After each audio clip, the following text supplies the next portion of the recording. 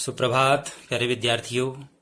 आइए एक बार फिर आप सभी का स्वागत करते हुए आज आपको पुनः ले चलता हूँ कविवर गिरिजा कुमार माथुर जी की कविता छाया मत छूना के अवशिष्ट अंश की ओर, जिसके पूर्वांश की प्रारंभिक पंक्तियों की व्याख्या, उसमें निहित भाव को यथामति आप तक पहुंचाने का, आपको समझाने का एक अल्प प्रयास मेरे द्वारा किया जा चुका है। उम्मीद है कि आप अवश्य इससे लाभान्वित हुए होंगे। प्यारे विद्यार्थियों, आज हम अग्रिम अंश की ओर चलेंगे और कविता में किस भाव को कवि ने आखिर इन पंक्तियों में गुंफित किया है, किस तरह की ये प्रेरणात्मक पंक्तियां हम सबको जीवन में अग्रसर होने का एक संदेश देती हैं, इस भाव को आज हम समझने का प्रयास करेंगे। प्यारे विद्यार्थियों, यह कविता विशेष रूप में आप सभी विद्यार्थियों के लिए बेहद प्रासंगिक है।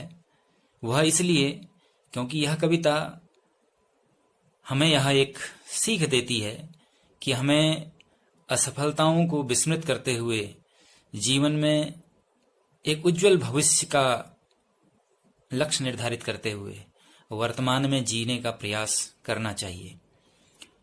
कई बार ऐसा होता है कि बहुत सारी असफलताएं हमारे जीवन में आती हैं और उन असफलताओं को हम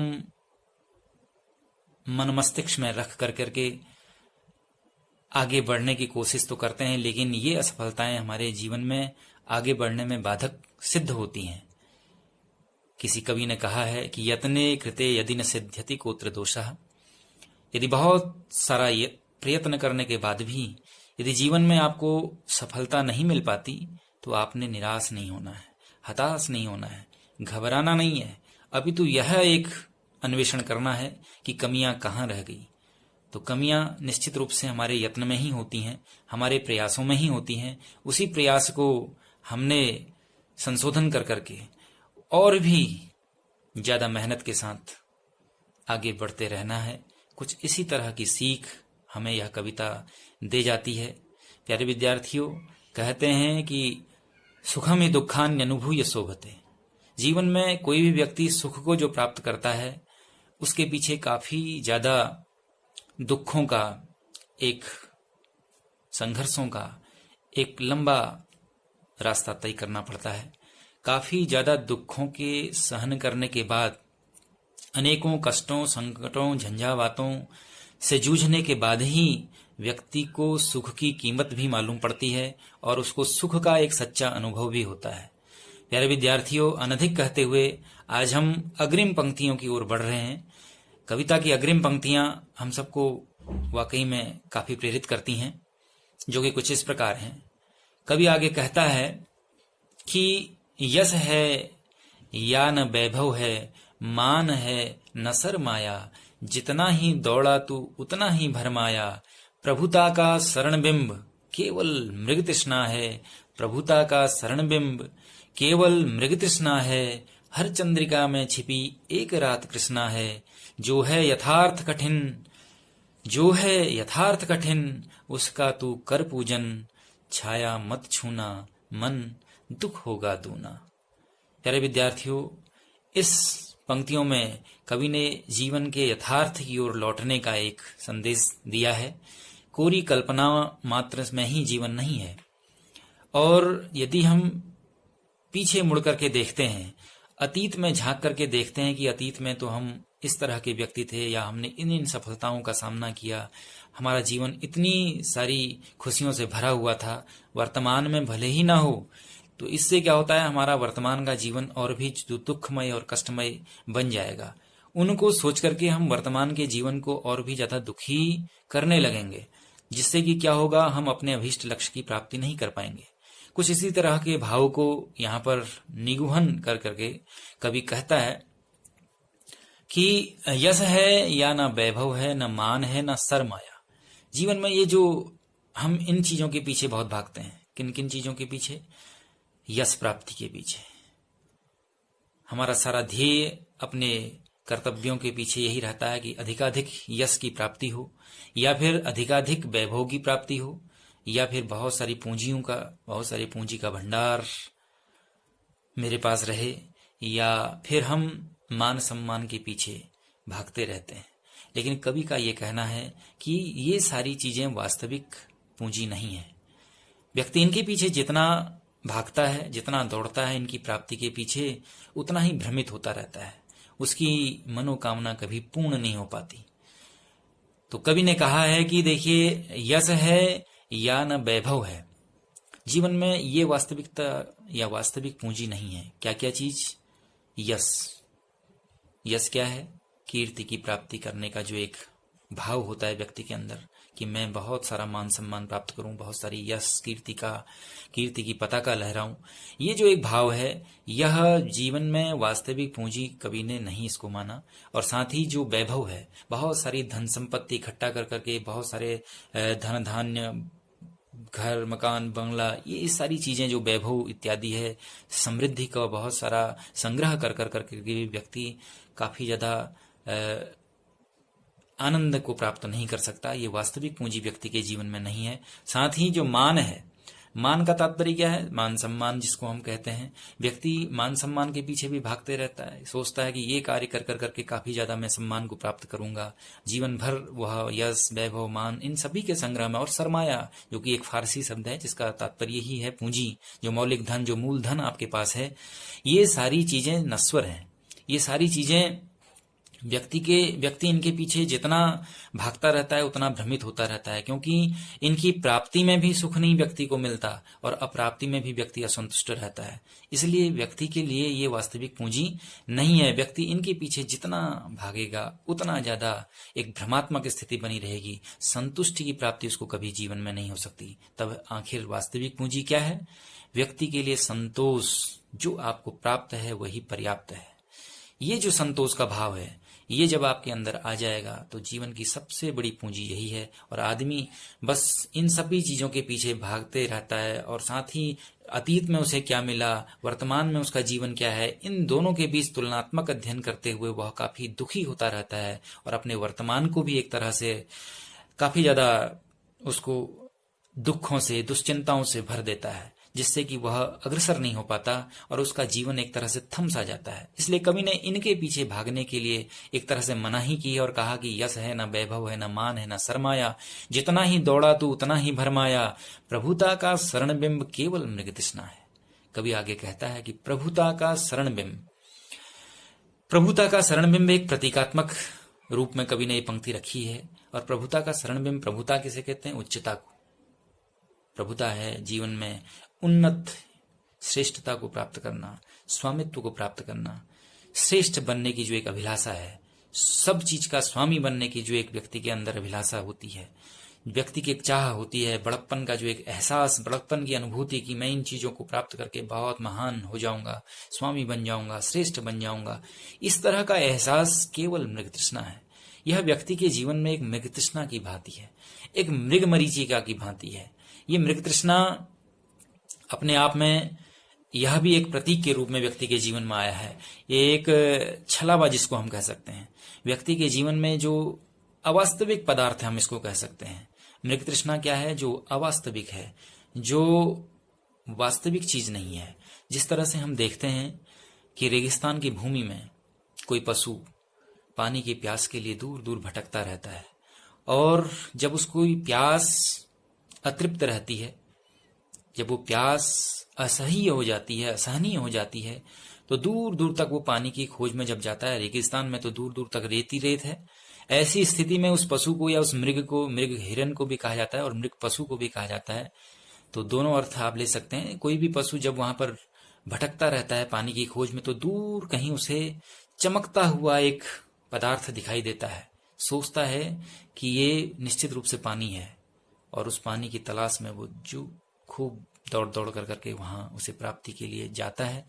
लेकिन जब वहां जाता है तो वहां उसे पानी प्राप्त नहीं होता है। वो दूर से जो चीज उसे दिखाई दे रही थी वह पानी नहीं, अपितु चमकने वाली एक रेत थी। वहां पहुंच कर करके उसकी जो मनोकामना थी, उसकी जो अभीष्ट लक्ष्य को प्राप्त करने की जो एक भाव था, वह पूर्ण नहीं हो पाता। पुनः वह दूर चमकते हुए एक फिर रेत के ढेर को देखता है, फिर वहां जाता है, फिर उसे पानी की प्यास उसकी नहीं बुझती। इस तरह से वह दर बदर भटकते रहता है और काफी ज्यादा भटकने के बाद भी वह अतृप्त रहता है, उसकी प्यास अबूझ रह जाती है, बुझती नहीं है। तो यह जीवन में इसी तरह से कवि ने, जिस तरह से मृग तृष्णा होती है, मृग की प्यास, पशु की प्यास जिस तरह से रेगिस्तान में बुझ नहीं पाती, वह अतृप्त ही रह जाता है। जीवन में बहुत प्रयास करने के बावजूद भी उसको अपने जो एक प्यास थी उसको बुझाने के लिए, उसको बहुत ज्यादा प्रयत्न करने के बाद भी उसको वह नहीं बुझा पाता, तृप्त रह जाता है, पानी के लिए तड़पते रह जाता है।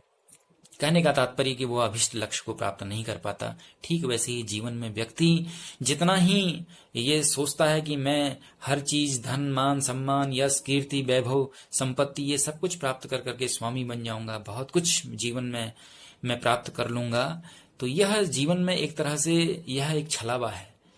व्यक्ति कभी भी तृप्त नहीं हो पाता, उसकी प्यास अतृप्त ही रहती है। हर चीज को प्राप्त करने की जो एक लालसा है, वह लालसा उसे हमेशा जीवन में घेरे रहती है। वह एक तरह से इन सारे पदार्थों को प्राप्त करके भी अतृप्त सा बना रहता है। इसलिए ये एक छलावे की भांति, एक मृग तृष्णा की भांति है। जितना व्यक्ति मृग की भांति पानी की प्राप्ति के लिए जैसे भटकता है, वैसे ही व्यक्ति इन जब सारी चीजों के, इस भौतिक संसाधनों के पीछे, या कहिए इन मान सम्मान, यश, कीर्ति, वैभव, संपत्ति के पीछे जितना भटकता है, उतना ही ज्यादा भ्रमित होता है। जीवन में वास्तविक लक्ष्य को वह प्राप्त नहीं कर पाता। जीवन का वास्तविक लक्ष्य संतुष्टि, और संतुष्टि व्यक्ति को नहीं हो पाती। इसलिए हमें ये देखना है कि हमारे अतीत में हमको क्या चीज प्राप्त हुई, क्या नहीं हुई, इस सबको विस्मृत करके जो वर्तमान है उसे हमें स्वीकार करना है। चाहे वह कठिन हो, चाहे सरल हो, चाहे कष्टों भरा हो, चाहे सुखों से भरा हो, जो भी चीज है उसे हमें सहज भाव से स्वीकार करना है। यही कविता की इन पंक्तियों का भाव है। कवि आगे कहता है कि प्रभुता का शरणबिंब केवल मृग तृष्णा है। कवि ने इस ये बात कही, और आगे कवि ने फिर एक जीवन के यथार्थ की ओर लक्षित करके अगली पंक्ति लिखी, और क्या कहता है कि हर चंद्रिका में छिपी एक रात कृष्णा है।